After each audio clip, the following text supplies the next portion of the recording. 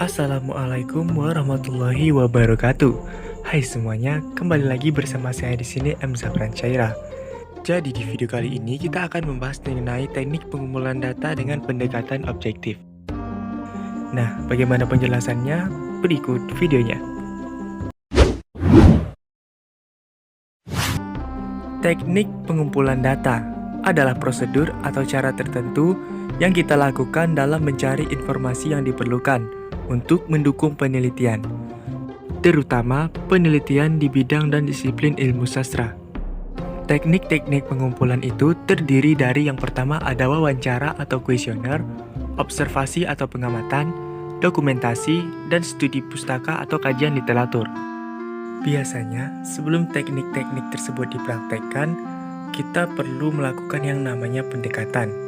Pendekatan menurut Kamus Besar Bahasa Indonesia adalah usaha dalam aktivitas penelitian untuk mengadakan hubungan dengan orang yang diteliti. Metode untuk mencapai pengertian tentang masalah penelitian rancangan.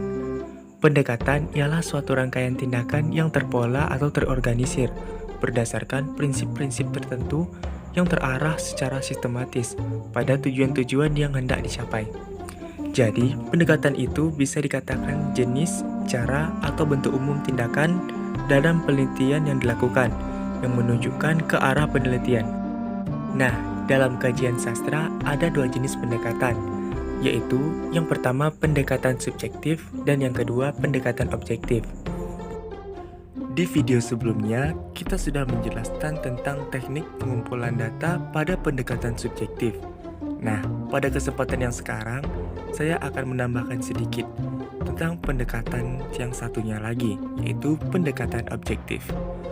Pendekatan objektif adalah bentuk pendekatan yang memfokuskan pada karya sastra. Kritik sastra dengan pendekatan objektif menganggap karya sastra sebagai sesuatu yang dapat berdiri sendiri, serta bebas dari pengaruh eksternal, baik itu pembaca ataupun pengarang. Menurut Kamus Besar Bahasa Indonesia, objektif artinya mengenai keadaan aslinya, tanpa dipengaruhi pendapat atau pandangan pribadi. Secara sederhananya, objektif adalah lawan dari subjektif. Subjektif berdasarkan pendapat pandangan pribadi, sedangkan objektif tanpa pengaruh pandangan pribadi. Salah satu contohnya yaitu teori stilistika. Teori stilistika adalah teori sastra yang mengkaji suatu karya dari sudut kebahasaan atau gaya bahasa di dalamnya. Pembahasan lebih lanjut dapat kalian lihat di video sebelumnya, yang mana pada video itu saya membahas tentang teori stilistika ini pada suatu karya sastra.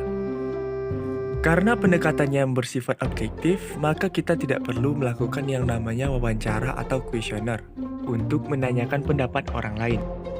Dan teknik-teknik pengumpulan data yang dilakukan hanyalah observasi dan kajian pustaka atau studi literatur.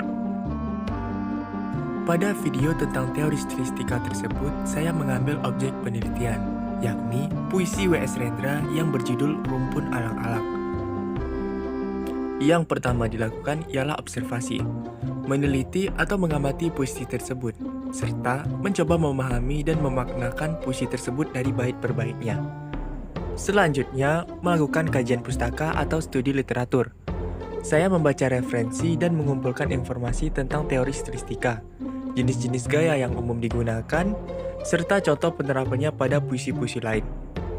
Dan terakhir, saya kembali melakukan observasi, lakukan pengamatan pada isi puisi, menganalisis bahasa yang ada, sekaligus menemukan makna yang terkandung dengan memperhatikan referensi dari literatur yang sudah ada. Setelah itu, didapatlah kesimpulan dari keseluruhan kajian. Baik, demikianlah video kali ini. Jangan lupa untuk klik like, share, comment, and subscribe. Jika terdapat kesalahan dan kekurangan, mohon dimaafkan. Dan mari kita diskusikan bersama di kolom komentar. Saya M. Zafran Syairah pamit, dan sampai jumpa lagi di video berikutnya. Wassalamualaikum warahmatullahi wabarakatuh.